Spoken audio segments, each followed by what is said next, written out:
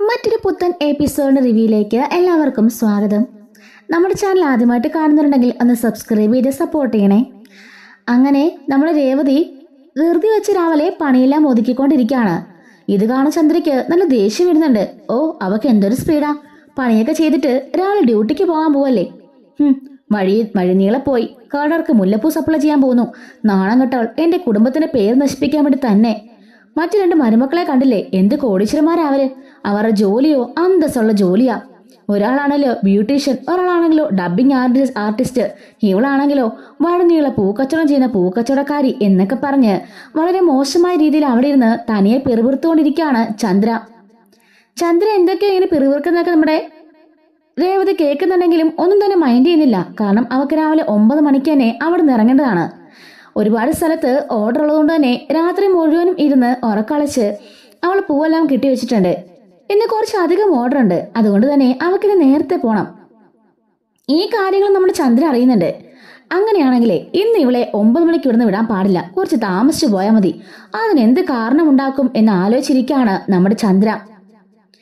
ഈ സമയത്ത് രേവതി ബ്രേക്ക്ഫാസ്റ്റ് ഉള്ള എല്ലാം അവളെ കൊണ്ട് റെഡിയാക്കി വെക്കാണ് ടേബിളില്. അവള് രാവിലെ സച്ചിക്ക് അന്ന് സാമ്പാർ വേണമെന്ന് പറഞ്ഞിട്ട് ദോശയും ചമ്മന്തിയും സാമ്പാറും ഇഡ്ഡലിയും എല്ലാം റെഡിയാക്കുന്നുണ്ട്. അങ്ങനെ ചന്ദ്ര ഓർക്കാണ് സച്ചിയുടെ വായിന്ന് രാവിലെ തന്നെ രണ്ടെണ്ണം അവളെ കേൾക്കണം, എങ്കിലും മാത്രമേ അവൾ പഠിക്കുള്ളൂ. സച്ചിയാണല്ലോ അവൾക്ക് സപ്പോർട്ട് നിൽക്കുന്നേ. അവന്റെ വായിന്നെ കുറിച്ച് കേട്ട് കഴിയുമ്പോൾ അവൾക്ക് സമാധാനമാവും. അതുപോലെ തന്നെ ഇന്ന് എല്ലാവർക്കും വേണ്ടി വീണ്ടും അവളെ കൊണ്ട് കറി ഉണ്ടാക്കിക്കണം. അങ്ങനെ അവളെ താമസിച്ച് പോയാൽ മതി എന്ന് മനസ്സിലോർക്കുന്നുണ്ട്. അങ്ങനെ ഓർത്തിട്ട് ടേബിൾ നമ്മൾ എക്സ്ട്രാ ഉപ്പ് വെക്കുമല്ലോ. രേവതി അടുക്കളയിൽ ഓരോന്ന് ചെയ്തുകൊണ്ടിരിക്കുമ്പോഴേക്കും അവള് കാണാതെ ആ ടേബിൾ വെച്ചിരുന്ന ആ ഉപ്പ് മുഴുവനും ചമ്മന്തിയിലും ആ ഒരു സാമ്പാറിലും വാരിടുന്നുണ്ട് ഈ ചന്ദ്ര. ഇതാരും കാണുന്നില്ല കേട്ടോ. എല്ലാവരും പോകാനായിട്ട് അവനവന്റെ ജോലിക്ക് പോകാൻ റെഡിയായിട്ട് ഹാളിൽ ടേബിളിൽ വന്നിരിക്കുന്നുണ്ട്. രേവതി എല്ലാവർക്കും സെർവ് ചെയ്തുകൊണ്ടിരിക്കുകയാണ്. സച്ചി പറയുന്നുണ്ട്, രേവതി, ഇവരെ പോലെ തന്നെ നിനക്കും 9 മണിക്ക് ഇവിടുന്ന് പോകാനുള്ളതാ. അത് നിനക്കറിയാലോ. ഇവരാരും രാവിലെ ഇരുന്നിട്ട് ഒന്നും തന്നെ ചെയ്യില്ല. നീ വെളുപ്പിന് 4 മണിക്ക് എണീച്ച് തുടങ്ങിയ ജോലിയാ. ഇനി നിനക്ക് ജോലിക്ക് പോകാനുള്ളതാ. എല്ലാവർക്കും കൈയുണ്ട്, അതുകൊണ്ട് അവനെടുത്ത് കഴിച്ചോളും. നീ സെർവ് ചെയ്യേണ്ട ആവശ്യമൊന്നുമില്ല, മനസ്സിലായല്ലോ. രവി പറയാണ്, അതെ മോളെ, എത്ര തവണ ഞാൻ നിന്നോട് പറഞ്ഞു കഴിഞ്ഞു. നീ ഇങ്ങനെ കിടന്ന് പട്ടിപ്പണി എടുക്കേണ്ട കാര്യമൊന്നുമില്ല. അവനോന് വേണമെങ്കിൽ അവനുണ്ടാക്കി കഴിച്ചോളും. പിന്നെ മോളുടെയും സച്ചിന്റെയും കാര്യം മാത്രം നോക്കിയാൽ മതി. എന്റെ കാര്യം നോക്കാനും ഇവളെന്റെ ഭാര്യയുണ്ട്. സച്ചി പറയാണ്, അങ്ങനെയാണെങ്കിലേ അച്ഛൻ പട്ടിണി നടക്കേണ്ടി വരും. ബാക്കി എല്ലാവരും അമ്മ ചെയ്യുന്നും കണ്ട് അച്ഛൻ ഇരിക്കണ്ട. ദാ ഇവന്മാർ രണ്ടുപേരും ഭാര്യമാർ ചെയ്യുന്നും പറഞ്ഞ് ഇവന്മാരും ഇരിക്കണ്ട. ആർക്കും ഒന്നും കിട്ടാൻ പോകുന്നില്ലെന്ന് സച്ചി പറയുന്നുണ്ട്. എന്റെ ഭാര്യയുടെ മനസ്സ് നല്ലതായോണ്ട് അവൾ എല്ലാവർക്കും വെച്ചും വിളമ്പയും കൊടുക്കുന്നു. അതുകൊണ്ട് എല്ലാണോ ഇവിടെ 3 നേരം ഉണ്ടു ഉറങ്ങി കിടക്ക എന്നൊക്കെ പറഞ്ഞ് സച്ചി പറയുന്നുണ്ട്. ഇതൊന്നും മൈൻഡ് ചെയ്യാതെ ശ്രുതിയും എല്ലാവരും കഴിക്കാൻ വേണ്ടി ആരംഭിക്കുകയാണ്. അങ്ങനെ സാമ്പാറും ചട്നിയും കൂട്ടി എല്ലാവരും ദോശയെടുത്ത് വായി വെക്കുമ്പോ തന്നെ ഉപ്പ് കാരണം അവർക്കാർക്കും കഴിക്കാൻ വയ്യ. എന്തായിരുന്നു ശ്രുതി ചോദിക്കാണ്. ശ്രുതിയും പറയുന്നുണ്ട്, ഇതെന്തുവായി കാണിച്ചു വെച്ചേക്കുന്നെന്ന് ചോദിക്കുമ്പം സച്ചി ചോദിക്കുന്നുണ്ട്, എന്താ കുഴപ്പമെന്ന് ചോദിക്കുമ്പം ശ്രുതി പറയാണ്, ഭാര്യയുടെ കൈപ്പുണ്യത്തെ പറ്റി ഇപ്പൊ പുകഴ്ത്തി പറഞ്ഞല്ലേ ഉള്ളൂ. നിങ്ങളെ ഭാര്യയുടെ കൈപ്പുണ്യം ഒന്ന് രുചിച്ചു നോക്കുന്നത് പറയുന്നുണ്ട്. എന്താ രേവതി ചോദിച്ചുകൊണ്ട് ഇവൻ വായി വെച്ച് നോക്കുമ്പോഴാണ് ഭയങ്കര ഉപ്പാണെന്ന് മനസ്സിലാവുന്നത്. അയ്യോ രേവതി, ഇത് ഭയങ്കര ഉപ്പാണല്ലോ എന്ന് പറയുമ്പം ഉപ്പോ എവിടെയെന്ന് പറഞ്ഞിട്ട് സച്ചിയുടെ പാത്തിൽ നിന്നും ശ്രുതി രേവതി വാരി കഴിച്ചു നോക്കാണ്. അയ്യോ ശരിയാണല്ലോ സച്ചിയേട്ടാ, ഭയങ്കര ഉപ്പാണല്ലോ. ചന്ദ്ര പറയുന്നുണ്ട്, അത് തന്നെയാ ഞങ്ങളും പറഞ്ഞത്, ഭയങ്കര ഉപ്പാണെന്ന്. ഇപ്പൊ മനസ്സിലായോ നിന്റെ ഭാര്യയുടെ കൈപ്പുണ്യം? എന്തുവാണി നോക്കിയിരിക്കുന്നേ, പോയി വേറെ കറി ഉണ്ടാക്ക്. അയ്യോ അമ്മേ, ഇനിയിപ്പൊ കറി ഉണ്ടാക്കാനോ? പിന്നെ ഞങ്ങളെല്ലാരും ഇവിടെ കഴിക്കാതെ നോക്കിയിരിക്കണോ? സച്ചി പറയാണ്, അവക്ക് എന്തെങ്കിലും അബദ്ധം പറ്റിയതായിരിക്കാമേ. എന്ത് അബദ്ധം പറ്റാനാടാ, ഇതൊക്കെ അഹങ്കാര. രാവിലെ തന്നെ നീ സാമ്പാറും ചമ്മന്തിയൊക്കെ വേണമെന്ന് എക്സ്ട്രാ പറഞ്ഞിരുന്നില്ലേ? അപ്പൊ തന്നെ അടുക്കളന്ന് പറഞ്ഞു ഞാൻ കേട്ടു. ഞാനെന്താ എല്ലാവരും വേലക്കാരിയാണോ? ഓരോരുത്തർ വന്ന് ഓർഡർ വന്നോണ്ടിരിക്കുക, അതനുസരിച്ച് ഞാൻ ചെയ്യണോ? കാണിച്ചിറന്നൊക്കെ പറഞ്ഞു ഞാൻ കേട്ടതാ. രേവതി പറയണോ, അയ്യോ സച്ചിയേട്ടാ, കള്ളാ പറയുന്നേ. ഞാൻ അങ്ങനൊന്നും പറഞ്ഞിട്ട് കൂടിയില്ല. അമ്മ എന്തിനാമ്മ ഇങ്ങനെ കള്ളം പറയുന്നേ? ആര്? ഞാനാണോ കള്ളം പറഞ്ഞത്? നീ അല്ലേ അങ്ങനെ പറഞ്ഞത്? ഞാൻ കേട്ടതാ നീ പറയുന്നത്. നിനക്ക് 9 മണിക്ക് എങ്ങാണ്ട് പൂര് വിൽക്കാൻ പോണോന്നോ? അത് സമ്മതിക്കില്ല സച്ചിയേട്ടനോ? രാവിലെ തൊട്ട് തുടങ്ങിയതാ ദോശയും ചമ്മന്തിയും സാമ്പാറും എല്ലാം വേണമെന്ന് സച്ചിയേട്ടൻ പറഞ്ഞു. ഇനിയിപ്പൊ എന്ത് ചെയ്യും? ഇവങ്ങേറൊരു കാര്യം എന്നൊക്കെ പറഞ്ഞ് നീ കിടന്ന് പിറുപുറത്തില്ലെന്ന് ചോദിക്കാണ്. അയ്യോ അച്ഛാ സച്ചിയേട്ടാ സത്യമായിട്ടും ഞാൻ അങ്ങനൊന്നും പറഞ്ഞിട്ട് കൂടിയില്ലെന്ന് പറയുന്നുണ്ട്. സച്ചി അപ്പം അമ്മയെ നോക്കുന്നുണ്ട്, രേവതി നോക്കുന്നുണ്ട്. എടാ ഞാൻ പറഞ്ഞത് സത്യ. നീ പിന്നെ ഭാര്യ പറഞ്ഞാലേ വിശ്വസിക്കുള്ളൂ, എനിക്കെന്താ എന്ന് പറയുമ്പോഴേക്കും സച്ചി ചോദിക്കാണ്, എന്താ രേവതി കേൾക്കുന്നേ? സച്ചിയേട്ടാ സത്യമായിട്ടും ഞാൻ അങ്ങനെ പറഞ്ഞിട്ടില്ല. വർഷ പറയാണ്, എന്റെ പൊന്ന് സച്ചിയേട്ടാ നിങ്ങളല്ലാതെ ആരെങ്കിലും ഈ അമ്മ പറഞ്ഞ് വിശ്വസിക്കോ? രേവതി ചേച്ചി അങ്ങനൊന്നും പറയില്ലെന്ന് സച്ചിയേട്ടൻ അറിയില്ല എന്ന് ചോദിക്കുന്നുണ്ട്. ചന്ദ്ര മനസ്സിലോർക്കാണോ ഇവളെല്ലായിടത്തും ഇടം കൊല്ലിടാൻ വരുമല്ലോ എന്ന് ആലോചിച്ചുകൊണ്ട് നിൽക്കുന്നുണ്ട്. സച്ചി പറയുന്നുണ്ട്, ഇനിയിപ്പോ എന്ത് ചെയ്യും രേവതി? അത് പിന്നെ ഞാൻ പെട്ടെന്ന് ചമ്മതി അരയ്ക്കാമെന്ന് പറയുമ്പോ രവി പറയുന്നുണ്ട്, മോളെ സമയം ഇപ്പൊ തന്നെ 8:50 മോക്ക് 9 മണിയാകുമ്പോൾ ഇവിടുന്ന് പോകണ്ടല്ലേ?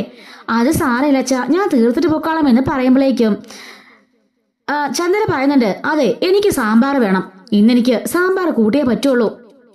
രവി ചോദിക്കാണ്, അതിന് ചന്ദ്രൻ നിനക്ക് ഇത്ര നിർബന്ധം ഇന്ന്? അല്ല എനിക്കിന്ന് സാമ്പാർ കൂട്ടണം തോന്നി, അതുകൊണ്ട് തന്നെ. അങ്ങനെയാണെങ്കിലേ രേവതി മോളെ ഇവിടെ വന്നിരിക്കുക, ഞാനൊരു കാര്യം പറയാം. എന്താ അച്ഛാ? മോൾ ഇന്ന് രാവിലെ കടയിൽ കഴിച്ചാ മതി. അയ്യോ അച്ഛാ അത് പിന്നെ ഒന്നും പറയണ്ട. സച്ചി മോളെയും കൂട്ടി ചെന്ന് രണ്ടുപേരും കട നിന്ന് ബ്രേക്ക്ഫാസ്റ്റ് കഴിച്ചിട്ട് പോയാൽ മതി. അതങ്ങനെ ശരിയാവും. അപ്പൊ പിന്നെ ഞങ്ങളെല്ലാം എങ്ങനെ കഴിക്കും എന്ന് ചോദിക്കാണ് ചന്ദ്ര. അപ്പോഴേക്കും രവി പറയുന്നുണ്ട്, ശ്രുതിക്കും ശ്രീകാന്തിനും വർഷയ്ക്കും എത്ര മണിയാകുമ്പോൾ പോണമെന്ന് ചോദിക്കുമ്പോൾ ഇവര് പറയുന്നുണ്ട്, അച്ഛാ ഏകദേശം ഒരു 9:30 9:45 ആയിട്ട് പോയാൽ മതി. ചന്ദ്ര കേട്ടല്ലോ, എത്രയും പെട്ടെന്ന് അടുക്കളയിൽ കയറി സാമ്പാറും ചമ്മന്തി ഉണ്ടാക്കാൻ പറയുന്നുണ്ട്. ആര്? ഞാനോ? അതെ നീ തന്നെ. എന്താ ചന്ദ്രാന്ന് പേരുള്ള വേറെ ആരെങ്കിലും ഇവിടെ ഉണ്ടോ? എന്താ രവിയേട്ടാ നിങ്ങൾ ഈ പറയുന്നത്?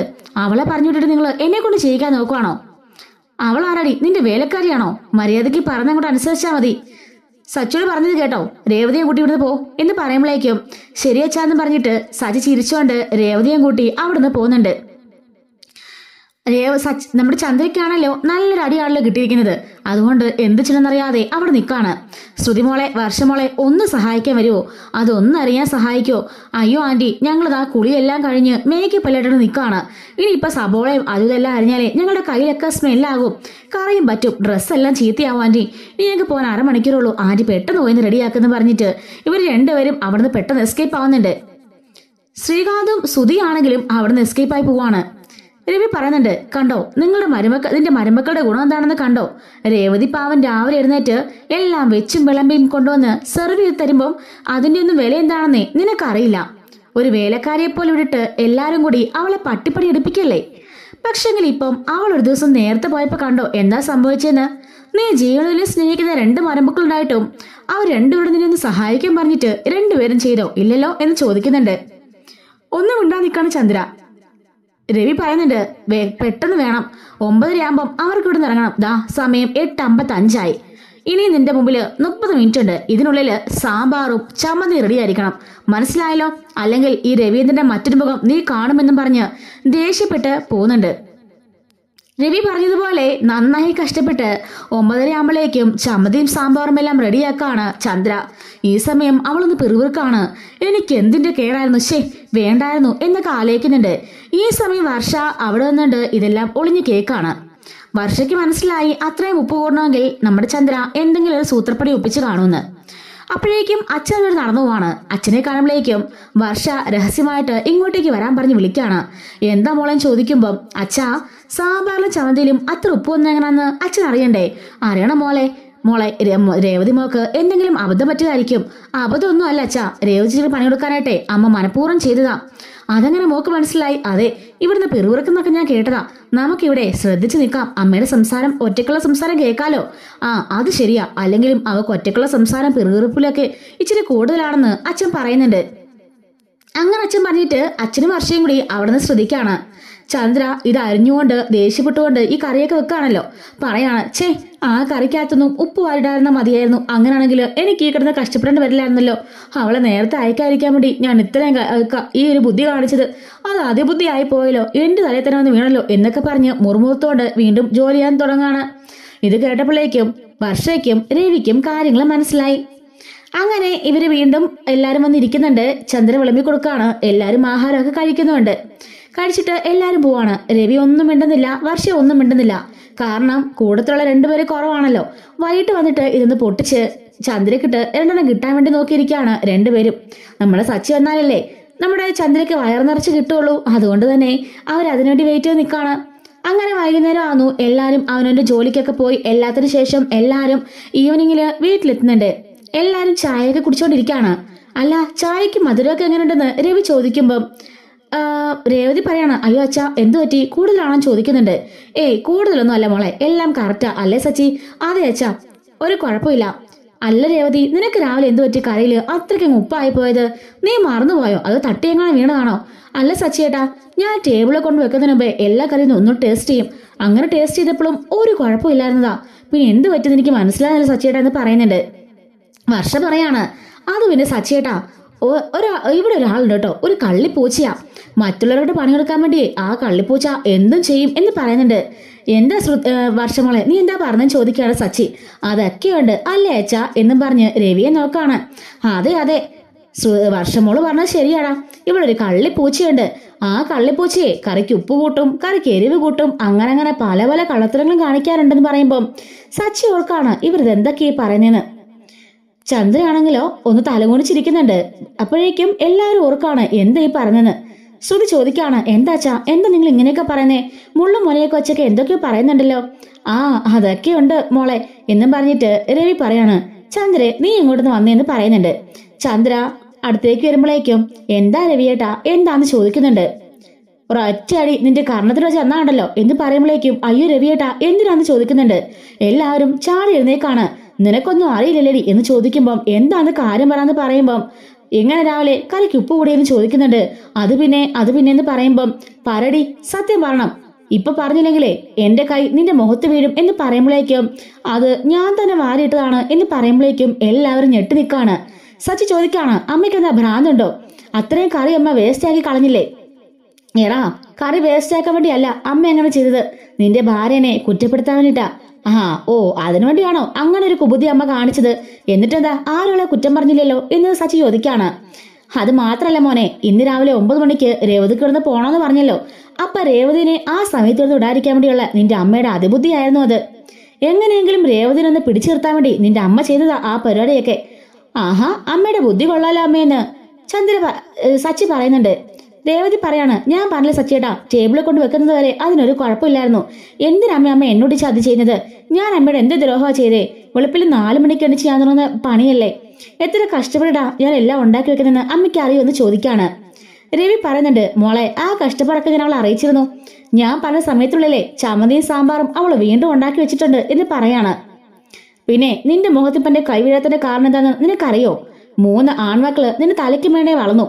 അവര് 3 പേരും വിവാഹം കഴിച്ച് ഭാര്യമാരുമായി. അതുകൊണ്ട് മാത്രം അവർ വിളിച്ച് നിന്നെ അപമാനിക്കണമെന്ന് കരുതിയിട്ടാ നിന്റെ മേലെ എന്റെ കൈ വീഴാത്തത്. പക്ഷെങ്കിൽ അത് എപ്പോഴും ഉണ്ടായെന്ന് വരില്ല. നിന്റെ ഇമ്മാതിരി സ്വഭാവമാണ് കാണിക്കുന്നെങ്കിലേ ഞാൻ നിന്നെ വെറുതെ നീ കരുതണ്ട എന്ന് പറയുന്നുണ്ട്. സച്ചി പറയാണ്, അല്ലച്ചാ നീ അച്ഛൻ എങ്ങനെ മനസ്സിലായെന്ന് ചോദിക്കുന്നുണ്ട്. അച്ഛൻ കണ്ടോന്ന് ചോദിക്കുമ്പം ഞാനല്ല മോനെ, വർഷമോള് അവിടെ നിൽക്കായിരുന്നു. അപ്പോഴാ നിന്റെ അമ്മ അടുക്കളയിൽ നിന്ന് പിറുപിറുക്കുന്നത് കേട്ടത്. നിന്റെ അമ്മയ്ക്ക് പണ്ടേ ഉള്ളതാ സ്വയമേ ഇങ്ങനെ സംസാരിക്കുന്നത്. അത് കേട്ടപ്പോ മോൾ എന്നെ വിളിച്ചു. ഞങ്ങൾ രണ്ടുപേരും കേട്ടപ്പോഴാണ് മനസ്സിലായത് രാവിലത്തെ ആ ഒരു പ്രശ്നത്തിന് പുറകില് നിന്റെ അമ്മയാണെന്ന്. അത് മാത്രല്ലായിരുന്നു അമ്മയുടെ ലക്ഷ്യം. നിന്റെ വായന് രേവതി ചീത്ത കേൾപ്പിക്കാന്നുള്ളതും നിന്റെ അമ്മയുടെ ലക്ഷ്യമായിരുന്നു എന്ന് പറയുന്നുണ്ട്. എന്തായാലും വർഷം അത് കയറി ഇടപെട്ടതുകൊണ്ടാണല്ലോ നീ രാവിലെ തണുത്തതെന്നും പറയുന്നുണ്ട്. അല്ലെങ്കിൽ അച്ഛാ ഞാനെന്തിനാ അവളെ കുറ്റപ്പെടുന്നേ? ഈ വീട്ടിലുള്ള എല്ലാ ജോലിയും അവളാ ചെയ്യുന്നത്. അപ്പം എന്തെങ്കിലുമൊക്കെ അങ്ങോട്ടോ ഇങ്ങോട്ടൊക്കെ ആയപ്പോ മുന്നോട്ടൊക്കെ ആയാലും നമുക്ക് എന്താ കുഴപ്പം? രേവതി ഞാൻ ഒരിക്കലും കുറ്റപ്പെടുത്തില്ല എന്നും സച്ചി പറയുന്നുണ്ട്. എങ്കിലും അമ്മ കാണിച്ചത് വല്ലാത്ത ചീപ്പായി പോയമ്മേ. എല്ലാവർക്കും വേണ്ടിയുള്ള ആഹാരമല്ലേ അവൾ ഉണ്ടാക്കിയത്. ആ ആഹാരത്തിൽ ഉപ്പ് വരട്ട അമ്മയുടെ ദൈവം ചോദിക്കും എന്നും പറഞ്ഞ് സച്ചിൻ രേവതിയും അകത്തേക്ക് കയറി പോകുന്നുണ്ട്. ശ്രുതിക്ക് പിന്നെ വല്ല വോയിസ് ഒന്നും ഇല്ലാത്തോണ്ട് അവരും അകത്തേക്ക് കയറി പോവാണ്. വർഷ പറയുന്നുണ്ട്, എന്തായാലും കലക്കി അച്ചാന്ന് പറഞ്ഞിട്ട് ചീർച്ചോട് വർഷ ശ്രീകാന്ത് അകത്തേക്ക് കയറി പോവാണ്. ചന്ദ്രൻ മനസ്സിലോർക്കുന്നുണ്ട്, ഇവൾ ഒറ്റ ഒരുത്തിയാ എല്ലാത്തിനും കാരണക്കാരി. എന്ത് ഞാൻ ചെയ്യാൻ പോയാലും അവൾ എല്ലാത്തിലും അതിന് തടിടാൻ വന്നിരിക്കുക. വലിയ വീട്ടിലെ പെണ്ണായതുകൊണ്ട് മാത്രം എല്ലാം ഞാൻ ക്ഷമിക്കാണ്. അല്ലെങ്കിൽ കാണാനെന്നൊക്കെ അവിടെ രഹസ്യമായിട്ട് ഇങ്ങനെ പിറുപിറുത്തോണ്ട് നിൽക്കുന്നുണ്ട്. എന്താണ് ഇതിന്റെ പിറുപിറുപ്പിനെ മാറിയില്ലേ? ഇനി ആ പോയ വർഷമോൾ കൂടെ എങ്ങനെ പണിയെടുക്കാന്നാണ് ഓർത്തിരിക്കുന്നതെന്ന് ചോദിക്കുന്നുണ്ട്. ഒന്നും മിണ്ടാതെ തലയും കൊണ്ടിച്ച് നിൽക്കാണ് ചന്ദ്ര. ദേ ഈ വീട്ടില് 3 മരുമക്കളുണ്ട്. ആ 3 മരുമക്കളെയും ഒരുപോലെ കാണാൻ പഠിക്കണം. ഇന്ന് രാവിലത്തോടെ മനസ്സിലായല്ലോ നിന്റെ 2 മക്കൾക്കും നിന്നുള്ള പെരുമാറ്റം എങ്ങനെയാണെന്ന്. അത് മനസ്സിലാക്കി ഇനിയെങ്കിലും പെരുമാറാൻ ശ്രമിക്കുന്നു പറഞ്ഞിട്ട് രവയെ അകത്തേക്ക് കയറി പോവാണ്. ചന്ദ്രനെന്ന് പറയാണ്, പിന്നെ ഞാൻ പെരുമാറും, നന്നായിട്ട് തന്നെ പെരുമാറും. അവളെ കയ്യും കാലും തല്ലി ഒടിച്ചായിരിക്കും ഞാൻ പെരുമാറാൻ പോകുന്നത്. ആ രേവതി അവൾ വന്ന് കയറിയോടെ എൻ്റെ എല്ലാ കണക്കൂടലും എല്ലാ മനസ്സമാധാനം പിഴച്ചുപോയി എന്നും പറഞ്ഞിട്ട് ദേഷ്യപ്പെട്ട് അവിടെ നിൽക്കുകയാണ് ചന്ദ്ര. ഇതുപോലെ വരാൻ പോകുന്ന സ്റ്റോറീസ് ഒക്കെ നമ്മുടെ ചാനലിലൂടെ എല്ലാ ദിവസവും നമ്മൾ അപ്ലോഡ് ചെയ്യുന്നുണ്ട് കേട്ടോ. മിസ് ആവാതിരിക്കാനായിട്ട് ചാനൽ ഒന്ന് സബ്സ്ക്രൈബ് ചെയ്ത് സപ്പോർട്ട് ചെയ്യണേ. Thanks for watching.